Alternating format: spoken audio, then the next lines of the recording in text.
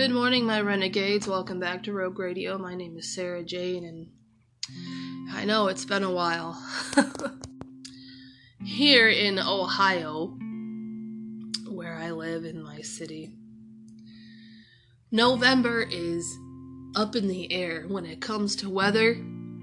So it can be 71 one day, and then it'll be 21 the next day. And my body just could not keep up. So I am a little sick, but the only thing I know how to do when I'm sick is push through. So I'm just going to push through and bring you some persecution press because I have to. It's been too long. So let's just get into it.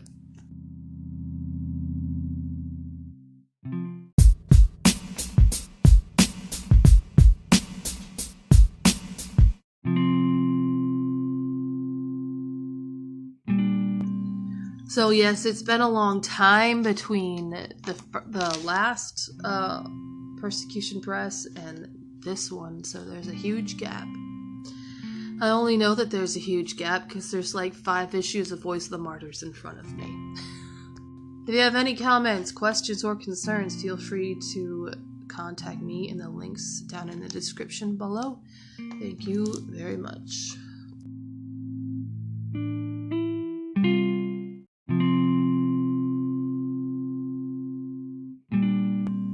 So I do not take any offense if I sound really gross to you and I'm grossing you out. Go ahead and turn off the podcast. To be honest, I understand, but I am just, I can't do anything at the moment except for work on something because I don't know. It's just me. I have to work on something while I'm sick. It's just me, I guess. I'm not used to being idle. I don't know how to rest, which is probably one of the main reasons why I got sick. So, yeah. But I'm looking for a story, so let's do this real quick. So this issue is mainly focused on Uzbekistan. If I mispronounced your country, I'm very sorry. But the first one is called 6th Grade Evangelist, and it says, during the 10 years of intense government persecution, Atamurat Zamira and other church members cautioned their children to keep quiet about their faith, but Atamurat Zamira, his oldest son, Samuel, could not help himself. I just wanted to have Christian friends, he said. One day, the 6th grader told his parents that he had led a classmate to Christ, and in the next 2 months, 7 more students had placed their faith in him.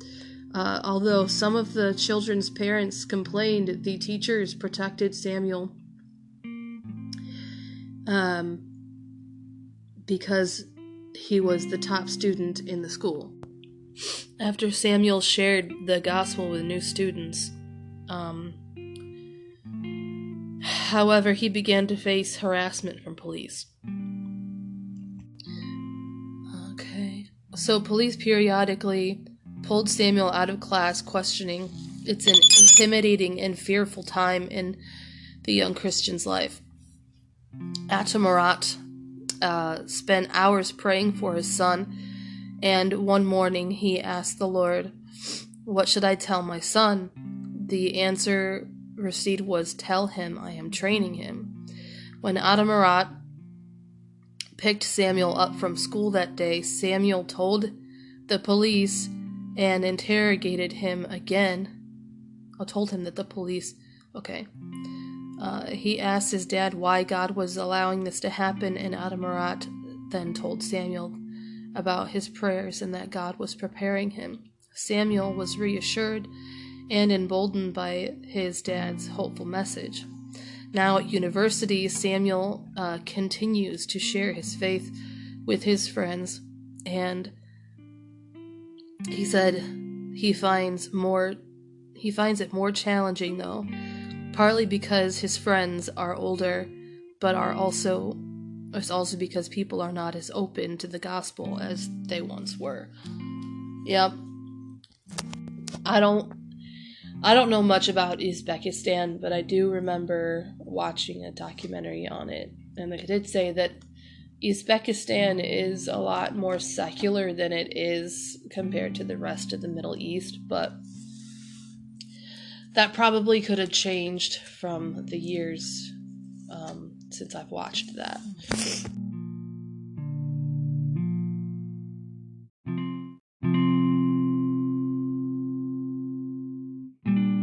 Now, this one I'm excited to read just because it kind of reminds me of me.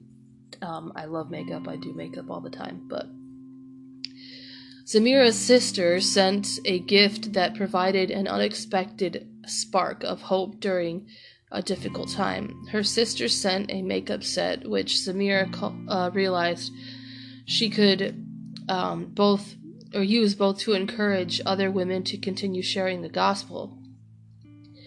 She opened a makeup studio in her home, so when neighbors complained about the number of visitors she received, Zamira can explain that they are clients coming for her makeup services. As she brushes color onto each woman's face, Zamira gets to know them and is able to gently share her faith. Okay, I am going to interrupt. So, I used to go to cosmetology school, and the first thing that you realize once you're on the floor and you're working with a client is that you are, once you're like doing their hair or doing their nails or doing their makeup, that sort of touch is a type of like loving touch that people only get at salons, because of course usually familiar or loving touches come from your family members or people that you love. But the thing is that the reason why so many people open up to cosmetologists is because they don't know them personally, and they can tell them their deepest, darkest secrets and everything like that, and they know that they can't tell anybody because, of course, hey, we don't know each other personally, so I could just tell you everything. And that loving touch, that touch where you're grooming someone or cutting their hair, doing their makeup, touching their face, touching their hands, those are all points of access of familiarity. So if someone's touching your head, how many times have you had your mother or father touch your head or like stroke your hair? Cosmetologists do that, but in a professional way. How many times have you had like your mother or father like tickle your cheeks or like, you know, just stroke your cheek or something like that? Same thing. How many times have you had someone, you know, rub their thumb across the back of your hand? Same thing. It's a loving touch that is professionally received. So the reason why clients open up so much is because it's a familiar type of touch. And I have had many clients that have told me, oh, I've beat cancer twice, and I'm just like, yo, I love that. You're a badass. I can't believe that. Yeah, I had one very just wonderful client that would just tell me everything about her life, and she would always ask for me. I felt so freaking special. I love her so much. But she's like, oh, yeah, I've beaten cancer twice, and I'm just like, oh my god, I would have never noticed looking at you, you know, like, your hair is beautiful. She would always come in for a hydrotriplex, which is to put moisture back in her hair, a keratriplex, which would give her some protein for her hair to grow, and then I would give her highlights. And and I loved her so much. But even that, you know, it's so important in the cosmetology world to have that careful and tender like touch in order for people to open up to you, because to be honest, we're therapists that make you look good. It's true. It's very true. But hang on. After one woman signed up for sessions but suddenly stopped returning, Zamira realized that the woman had probably seen her youngest son's Bible, which he had left in the studio. They still think of Christians as sectarians of some sort or evil people, Adamarat said. But most of the women Zamira interacts with are appreciative of her work, and some are even open to hearing about Christ. She delights in highlighting each woman's outer beauty while affirming the inner beauty given them by the living Creator, who most of them don't know yet.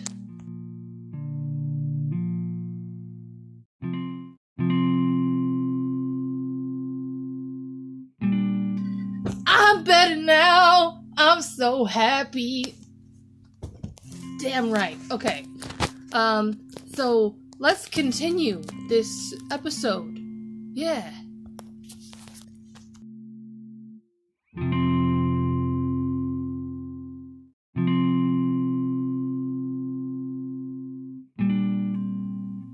Okay, so this story is from Turkey, so let me just pull that up real quick.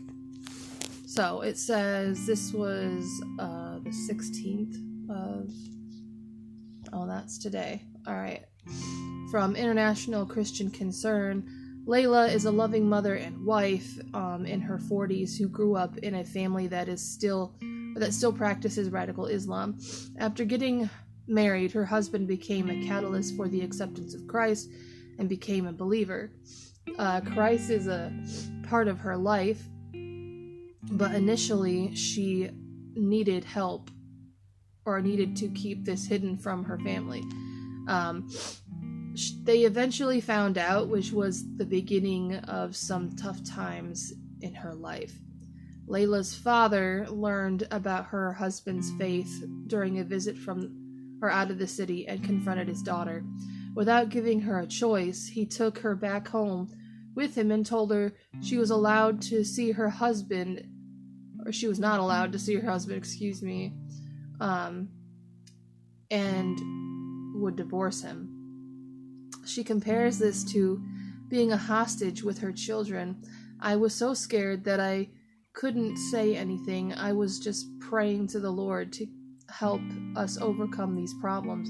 I spent 3 weeks like a nightmare at my father's house. Layla's husband, Mirat, had to stay away from his wife and children during this time. Layla and her husband have a loving family, but while separated, they felt their souls were wounded, living with the fear, pressure, and uncertainty of the situation. Mirat made the decision to speak to his father-in-law, but this frightened Layla because of the radical Islamic beliefs that she knew could drive her father to harm or even kill her husband. This is all because he chose to leave their religion and become a Christian, which means that he lost the right to be her husband and father to her children. In the eyes of her family, he was contaminated. Despite all these risks, he went home where no one spoke to him or ate at the same table with him, as it was haram according to Islam. Mirat wanted his wife and children home and was able to meet with his father-in-law and tell him how he came to know Christ and how his life was changed. He declared he would not give up on Christ, but he would also not give up on his family. Layla expresses what happened between her father and her husband as follows. Thank God the Lord heard my pleas. My father agreed to this on one condition. My husband would never take my children and me to church. Okay, agreed. I mean, I love that. I'm sorry. I know I'm not done finishing like what she said, but y'all don't need to go to a church to find God. I mean, I'm sure they know that, but my father told my husband that if he heard such a thing, he would sacrifice him with one bullet. Even that was a great miracle for us, because I knew my father very well. I knew I would never come home again. My husband also accepted my father's request, seeing how strict my family was and realizing they would no longer give us peace in his country. My husband's aim was primarily to take my children with him, me and my children with him, because if we had stayed with my family, we would never have been able to get together. My children would never see their father again, and they would brand my children as children of the infidel.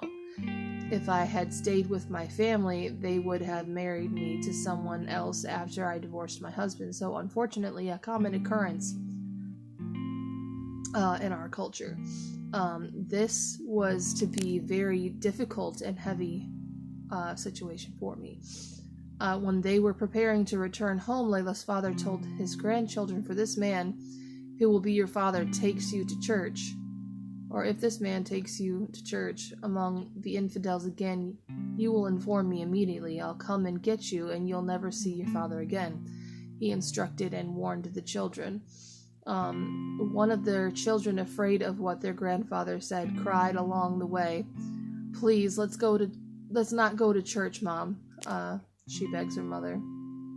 Layla had returned to her home, but now that the family had learned about the situation, the pressure to stay in the Islamic faith began to increase. Layla said, "My family is constantly video calling me to check where I am, and when they don't call, my sister sends my nephews to our house." God. Since we cannot go to church on Sunday, we want to attend our meeting online, but we cannot do that because my family is constantly following us. That's creepy. I'm sorry. I know that, like, with the radical Islamic, I don't even want to say it a culture, but that's what they do. But that's creepy. I mean, they are independent from their family. They should not be extensions of their families. But apparently that's what they see in that culture. That whatever you do or say is an extension of us. Therefore, whatever you do or say comes back on us, and that gives us dishonor and all that stuff. I understand that. But let them live their lives. They've made their own family. Other family members who learn about the situation continue to pressure this family differently. Layla's aunt tells her, "You will send your children to Quran courses. You will teach them to read the Quran and pray until the semester break." Her aunt still gets angry with her, and many threats were spoken to them. Her family is under control. Alright. Layla and Murat considered moving to another city to be safe, but moving would not protect them from the danger they would face. This is because wherever they go, Layla's family has enough leverage to find them. I would see, to me, I know I'm not in that culture, and I definitely don't know the gravity of what they're going through. So to me, it's like, oh, it's a simple solution. Just move to America. That's not good advice. I mean, it could be, but then again, I don't know if they're able to afford American citizenship. So I can't just be naive and say, "Oh, just move to America. You'll be free there." Sarah. Anyway, Layla believes it is too risky for them to live in Turkey now because of their family's extreme Islamic beliefs.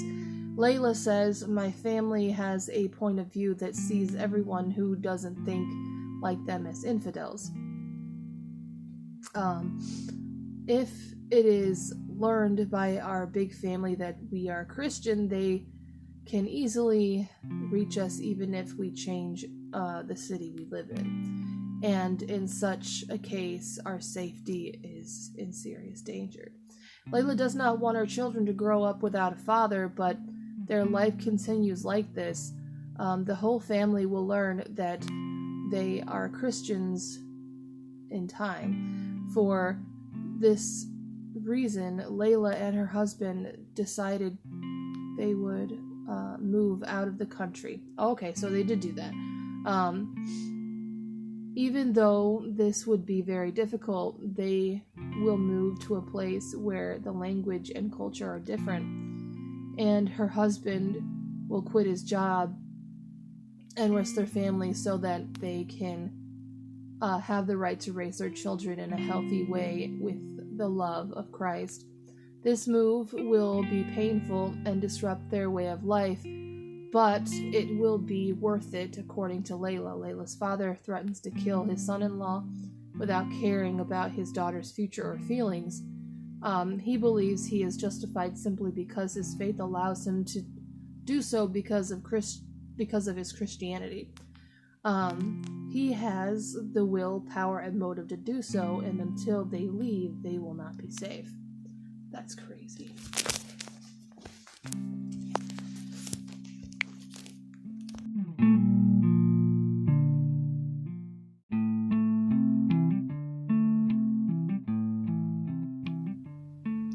Okay, this one comes from Nigeria, and this one is very sad. Fulani terrorists slaughter 70 Christians in central Nigeria. So, this was last month, 26th of October, but still. I haven't done this in so long that it's new. It's news. So, according to media outlet Morning Star News, Fulani militants killed more than 70 Christians last week in a village in central Nigeria. The slaughter prompted state officials to acknowledge that the lack of government protection means citizens must defend themselves. According to Turumber Kortio, the chairman of the Ukum local government council in Benue State, Benue? I don't know. In just 2 days, over 70 Christians were killed by Fulani militiamen in Gajebi. Oh God, I can't pronounce these. I'm so sorry. In BJ community, in our local government area. Cartio, continued sharing that the Fulani militants shot and injured more than 100 Christians in Uday and Yelaweta villages, displacing thousands more who fled for their lives. According to an area resident, about 36 corpses of some of the victims have so far been recovered and taken to the mortuary. Benue State government officials visited the area after the attacks. They stated that since the federal government is unable to stop the violence, it ought to provide high-powered arms to citizens. We are standing on our request for the federal government to give us a license for the volunteer guards to bear AK-47s and other sophisticated weapons, said Secretary of State Government Anthony Ijoar. Representative of Benue government Samuel Otorum says the security agencies have been overstretched. That being the case, our people have to defend themselves. And radicalized Fulani militants who belong to the largely nomadic Fulani herding communities found mostly in northern Nigeria pose the threats to Christians farming and villages owned by Christians. So, militants often attack Christians and burn their farms, especially in more rural communities. And I know a lot of people may realize that or may not realize it. that when someone burns down their crops, their farms, their homes, their life is shattered. They have to start from the ground up. And it sucks because a lot of these people who own their own farms and their own crops, they're able to, sell what they don't need in order to have their own little business in order to make a living. And basically their way of life is burnt to the ground, and it's not okay. That's not okay. It's awful. So their way of life has to start over and over and over again, because radical Muslims or Fulani militants have to feel like they have to, kill so many Christians and, kill their way of life. And that's not something that should be happening. But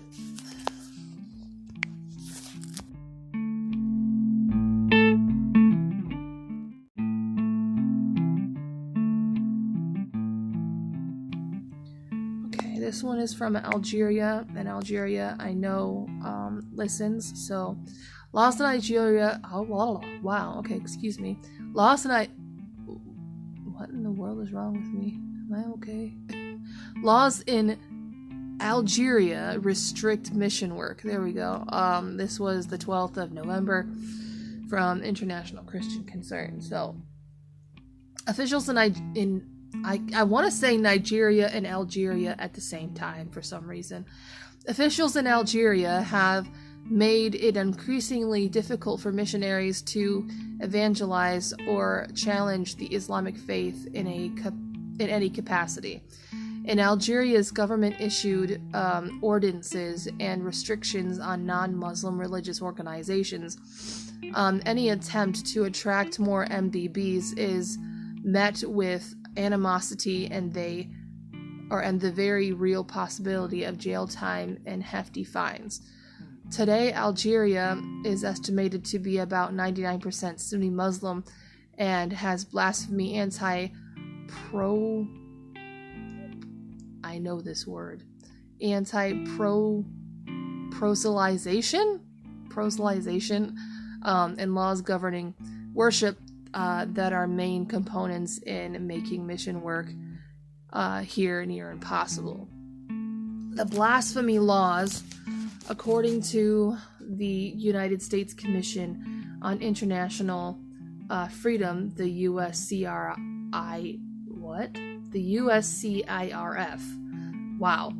criminalizes blasphemy.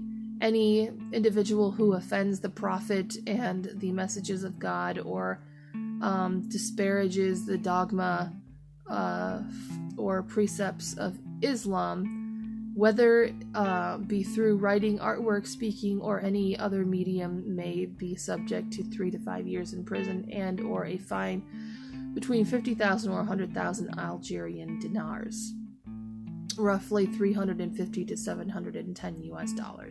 That's freaking nuts. What this means is that anything that could be said or seen as going against the Muslim beliefs is criminalized. The proselytization laws continue.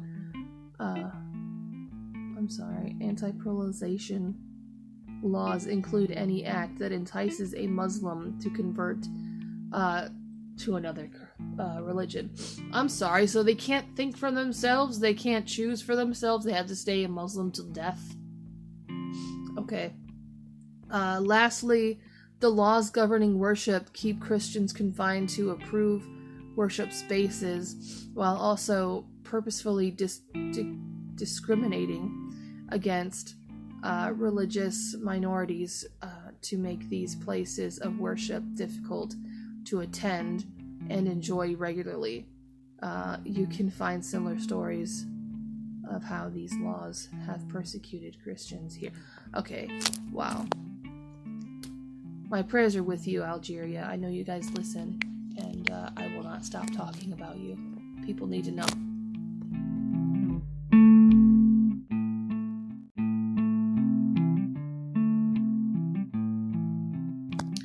I think it's time to take a break because I need a break. I'm lightheaded from, reading so much and venting so much. So, listen, take a break, get a drink of water, get some chips or something, eat something, okay? I'm about to do that, so, yeah, take a break with me.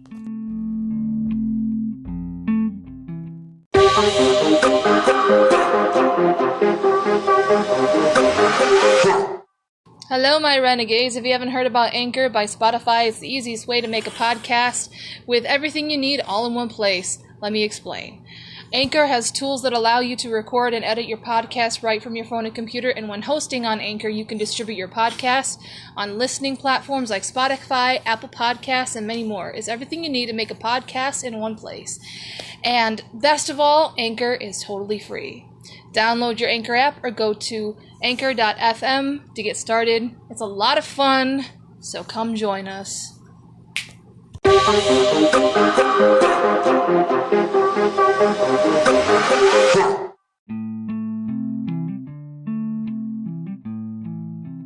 So we rarely get anything involving the U.S. in here. So I found one, and it says, U.S. joins countries in speaking against blasphemy laws. So they joined 15 countries. This was the 8th of November.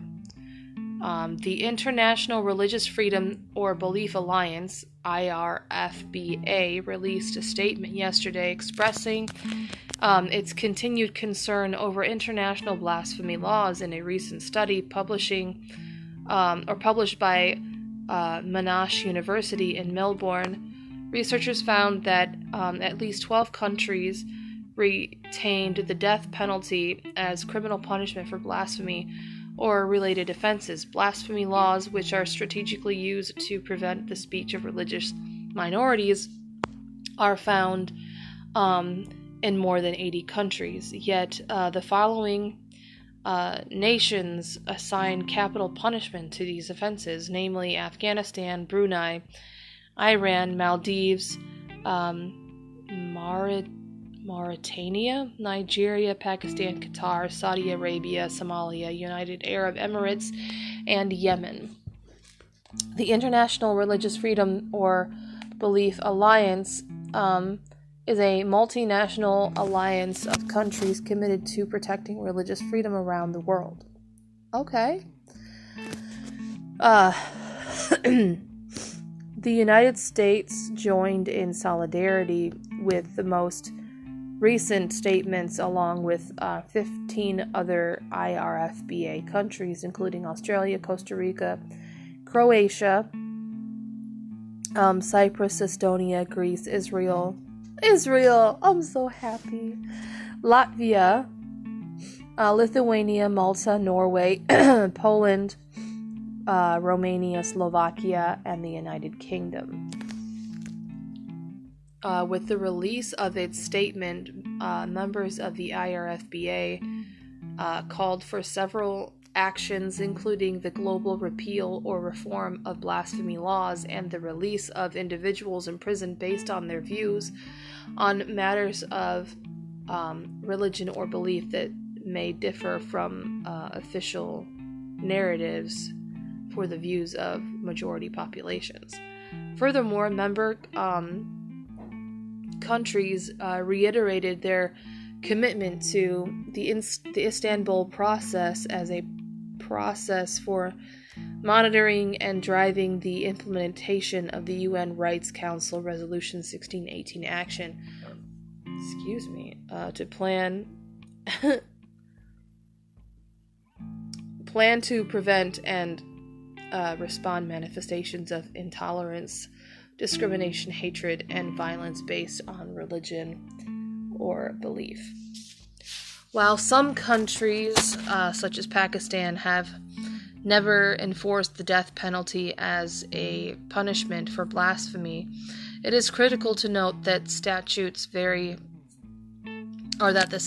very existence has impaired mob vigilantes to carry out justice on their own accord. In fact, one report estimates that violent mobs have killed at least 89 individuals over blasphemy allegations in Pakistan. And these accusations are rising exponentially with 1,300% increase involved in the past 30 years. As the situation for victims accused of blasphemy deteriorates globally, it is essential for foreign governments like the United States to continue being vocal advocates against these laws. I agree.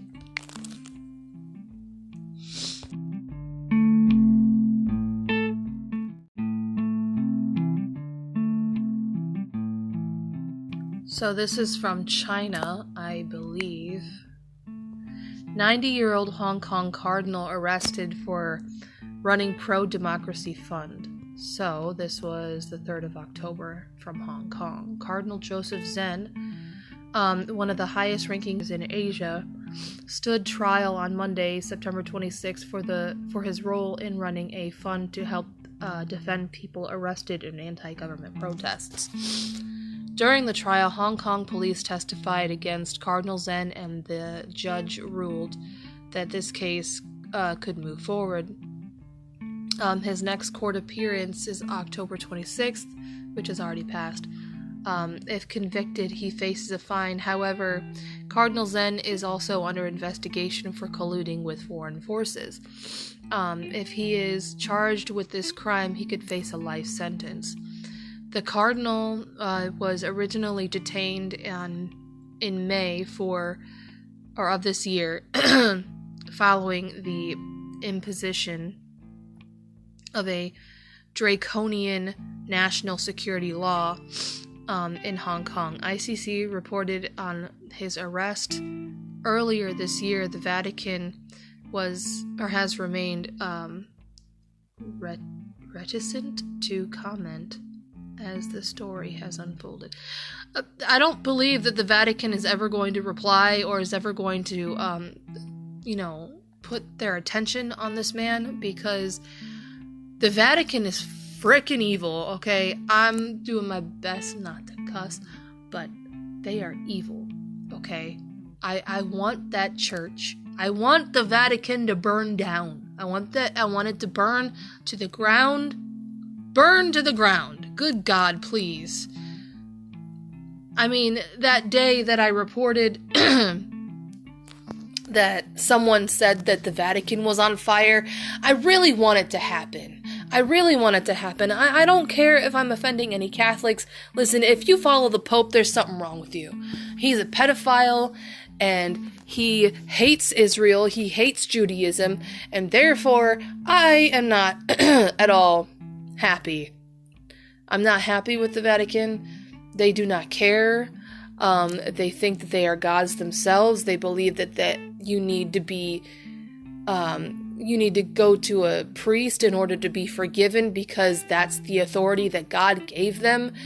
I don't need a priest to be forgiven for my sins, so therefore, screw you, Vatican. Screw the Vatican. It needs to burn. It does. It needs to burn. I hate the Vatican. Do I hate Catholics? No. As long as you're not touching altar boys or touching little boys or girls, I'm fine with you. You can be a Catholic for all I care. I do not care. But when it comes to the Vatican, fuck you. Fuck the Vatican. It needs to burn. A Christian cleric from Hong Kong, who asked to remain anonymous, told ICC Cardinal Zen is the first Catholic cardinal arrested on Chinese soil in the last few decades. He reminds us of the heroic Shanghai Cardinal Kung, who was arrested in 1955. We are very sorry that that this happened, and we pray that God will give him grace and strength to continue his battle for religious freedom and democracy. Okay. Cardinal Zen is known for being a staunch advocate for religious freedom and democracy. A native of Shanghai, he often calls for democracy and citizens of China for its oppression of Chinese people. We've already talked about how the Chinese government, or the dictatorship, I should say, because that man is a dictator, has oppressed its own people. Everywhere they go, they are always watched. There's security cameras on every corner, and sometimes even in their homes. They are constantly watched. They have rewritten the Bible into a socialist version of the Bible. They have saran-wrapped houses so that they can't leave. They're still in quarantine, at least at one side of China is still quarantined. No one can get to their jobs. No one can make money. No one can go to work or school because of COVID restrictions. Therefore, they don't have any means of making money to buy food and survive, pay rent, which means during this time, they get evicted from their homes because the COVID restrictions don't allow them to go to work and make money in order to pay rent. So therefore, they are put in either relocation centers or they are put out on the street. There have been Chinese people, Chinese neighborhoods screaming on the other side, to the other side of the river, in unison, just crying out for help. That there is something wrong with that government. There's a lot wrong with that government. That you want to kill your own people. You have mass executions in the capital of China. You behead people. You have daily beheadings. You kill your own people. And I know China's listening. Hi! Even people that choose to live in Canada or the United States, you have government officials go ahead and follow them, which means you have a territory in Canada and America. You have territory that you own in order for you to do that. Did Joe Biden give that to you? Because you're about to lose it.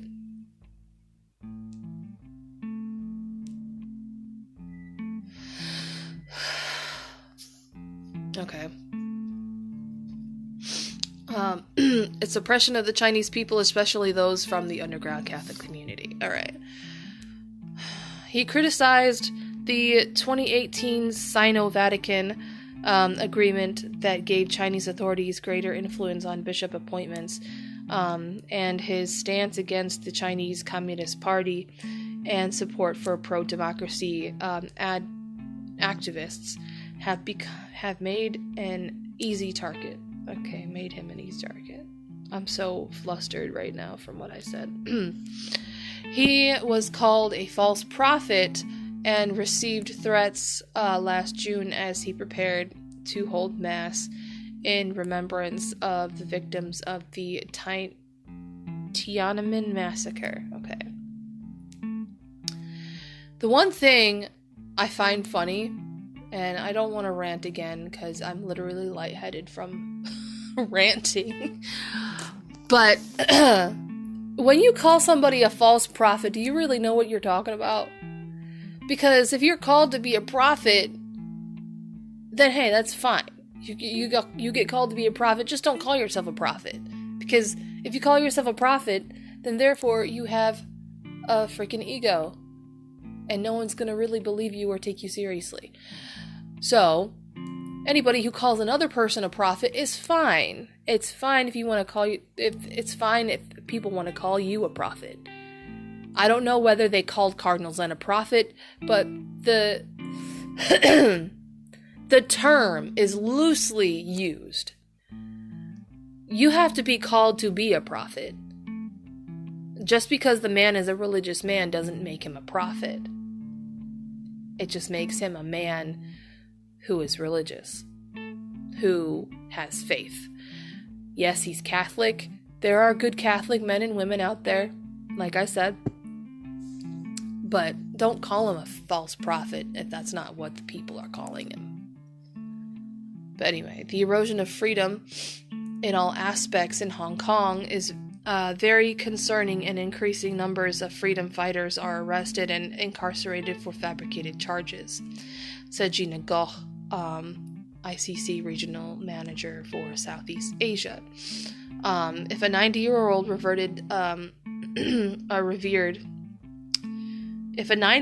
revered cardinal could not even spread, what the hell? Apparently I can't read anymore. If a 90-year-old revered cardinal could not even be spared, it indicates the legal system will continue to be abused by the HKSAR government to nab anyone in Hong Kong they find to be a threat to the city. The Vatican and the world need to speak up and stand with Cardinal Zen. I do, bro. It takes a lot. It takes a lot to stand up to your own government and say, you're doing something wrong. So with that, Cardinal Zen, you are a renegade. And Rogue Radio loves you. And we recognize you and we see you.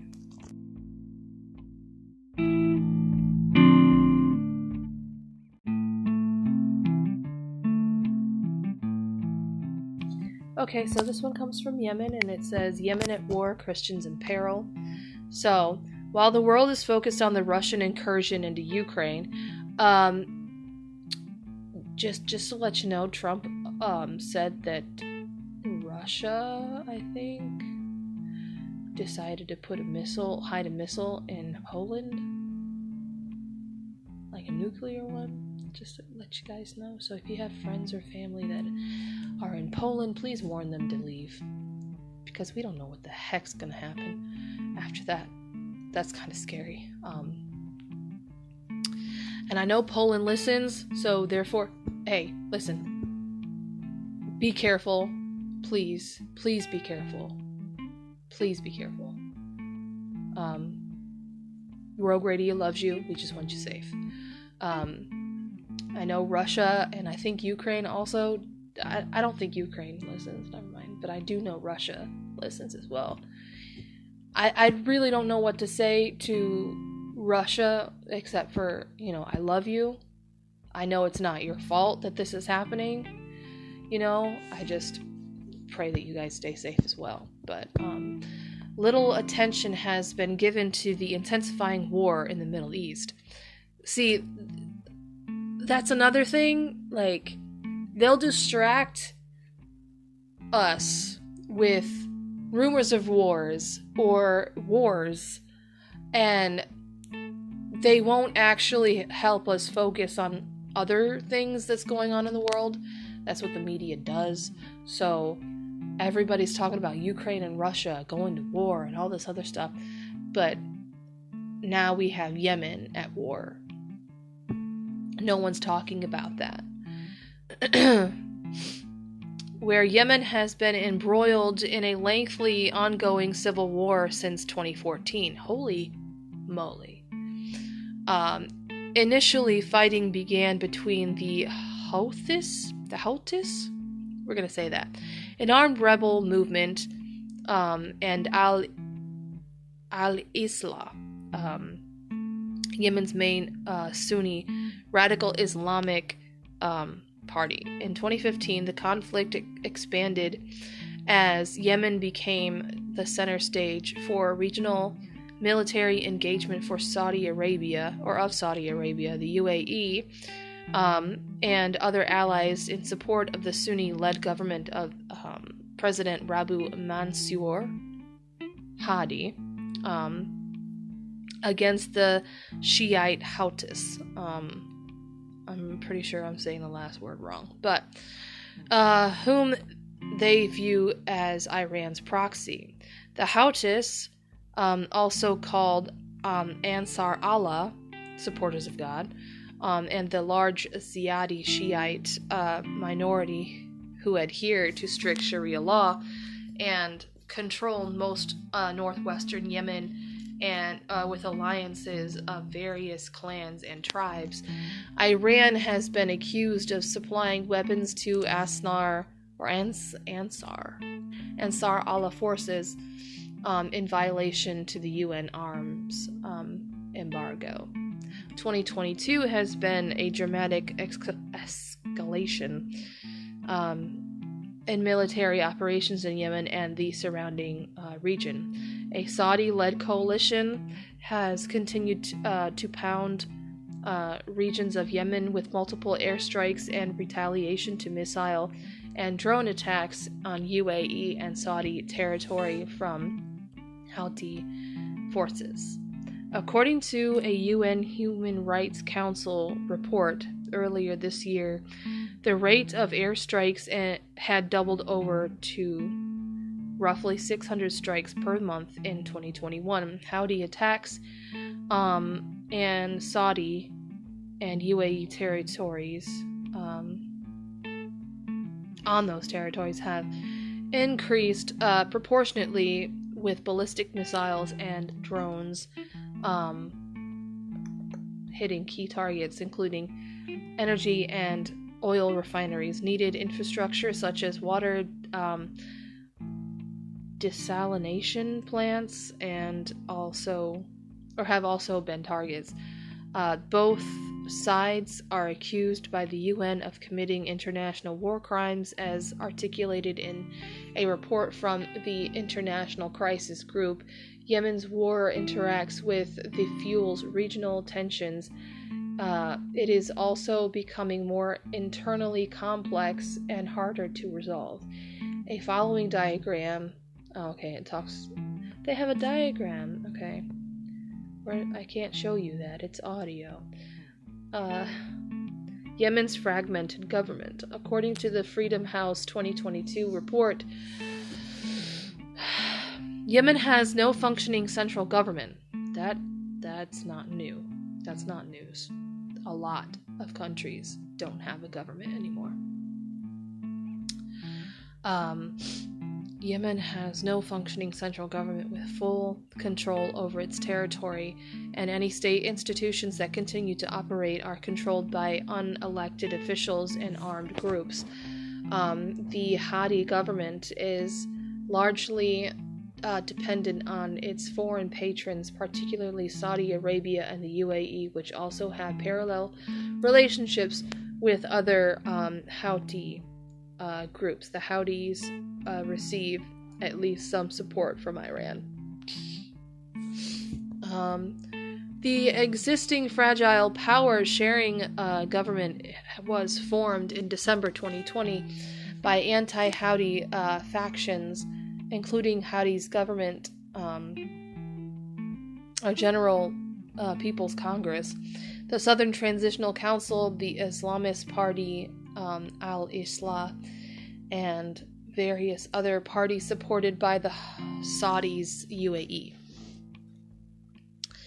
Okay. Hadi, this is such a long... It's long. I'm sorry. Hadi loyalists retained control of most powerful ministries. Although Hadi has been in exile, the Houthis are aligned clans continue to control the northwestern regions. I am getting exhausted by reading. I'm so sorry. In a press release issued April 7th, 2022, exiled President Hadi announced he was stepping down and transferring his powers to a 7-member presidential leadership council. A move enthusiastically supported by both Saudi Arabia and the United Arab Emirates. This move came early in a UN-negotiated 2-month ceasefire and aimed to unify anti-Houthi factions. The international community then recognized the council as Yemen's official government, though the Houthis still control a large region of the country. On May 17th, U.S. Secretary of State Antony Blinken met with Yemeni, they call them Yemeni people? Yemeni. That's new. Yemeni. I'm sorry, I just learned something new. Foreign Minister Ahmed bin Mubarak of the newly formed Presidential Leadership Council, Blinken, expressed the U.S. government to support ending the conflict and related humanitarian crisis. He acknowledged appreciation for the Council's more inclusive representation and efforts to improve basic living conditions and economic stability for Yemenis. That's interesting. I wouldn't have used that term to describe people who live in Yemen, but that's interesting. Okay. The human cost and humanitarian crisis, given the lack of functioning government with no stable civic infrastructure in place, human suffering from violence has been compounded by lack of trade and aid and access to necessities such as food, water, healthcare, and energy. It is estimated that nearly 80% of the population, more than 24 million people, need humanitarian assistance, more than any other single country today. Contested areas such as the city of Tiaz, Yemen's third largest city, are bearing the brunt of the humanitarian hardship. Hundreds of thousands of people are cut off and suffering under the siege-like conditions. To help mitigate the crisis, the U.S. government provided more than $630 million in humanitarian assistance to Yemen in the fiscal year in 2020. I think that's where a lot of the, that big packet that Pelosi made in 2020? I want to say it was 2021 that it passed, so never mind. I might be wrong. But a lot of the money in one of those packets that was passed during COVID gave a lot of money to like Yemen and foreign countries instead of the U.S. But the UN High Commissioner for Refugees, along with the International Organization of Migration, issued a joint report stating that the ongoing conflict in Yemen was displaced 3,154,572 people. Holy shit. I'm sorry. Of which 2,205,102 remain displaced internationally, and 949,470 have returned home. Numbers are the best estimates based on available data. The cost of life has been high, with estimated 377,000 people killed through direct and indirect causes, and 150,000, including tens of thousands of civilians, have been killed in fighting. Many others have died of hunger and disease and humanitarian crisis caused by the war. According to the UN, since the war began 7 years ago, more than 10,200 children have been killed or injured, although they speculate the actual number is much higher. Oh my God. Christians in increased danger. According to the United Nations data collaborated by the Worldometer, the current population of Yemen is 31,056,210 as of May 2022. 99% of Yemenis are Muslim, and a third of whom are Shiite, with the remaining 2/3 identifying as Sunni. Less than 1% of the population are Christian, an estimated 40,000 although it may be fewer as Many have fled due to the violence. Most Yemeni Christians are Ethiopian and Russian Orthodox, and with the remainder identifying as Catholic or Protestant. Most Christians are converts from Islam and must practice their faith in secret. Meeting in small groups in homes or outdoors, whereas Yemen is an Islamic country with apostasy and blasphemy laws in place, Christians are subject to a wide range of persecution, including exclusion of family and social life, loss of employment, physical and mental abuse, imprisonment, rape, forced marriages, and death. The degree and source of persecution varies between regions. Tribalism is strong, and often most severe persecution comes from one's tribe or clan. In the northwestern third, where Shiite Houthis exert authority, Christians are at the greatest risk due to strict adherence to Sharia law and heavy policing. In addition, those living in the south, where there is a strong Al-Qaeda presence, are at a high risk. On the 2022 Open Doors World Watch list, Yemen rose from a ranking 7 to 5 of the top 50 countries where persecution occurs. They raised up 2 spots. Oh my god. This designation resulted from escalating violence over the past year, compounded by the COVID-19 pandemic. Christians have been denied access to emergency humanitarian and medical aid, which typically is distributed by local and Muslim leaders and mosques. Without necessary goods and services, their circumstances are especially dire due to the warring factions, lawlessness, and government dysfunction. Oops. The one time I try not to cuss. There it is. Let's see. Christians and other minorities are increasingly targeted with little hope of protection and justice.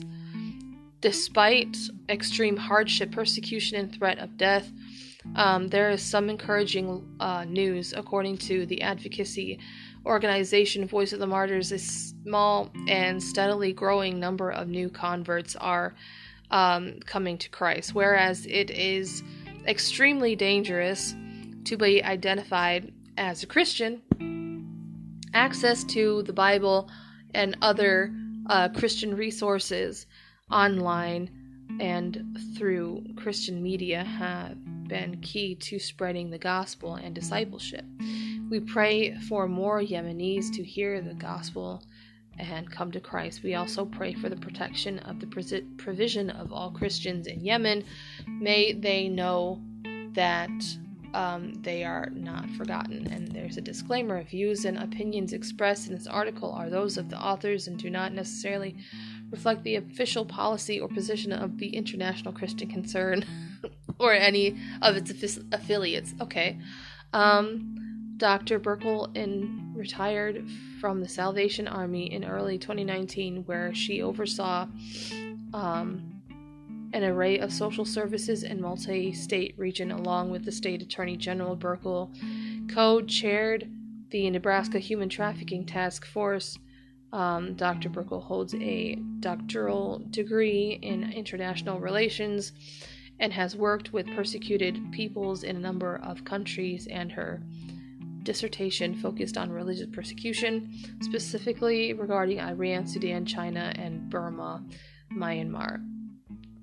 And she resides in Omaha, Nebraska. She has 3 grown children. Why did you put that at the bottom of the article? Is this the person that did this? Did the article? Okay, she must be new. She must be a new hire.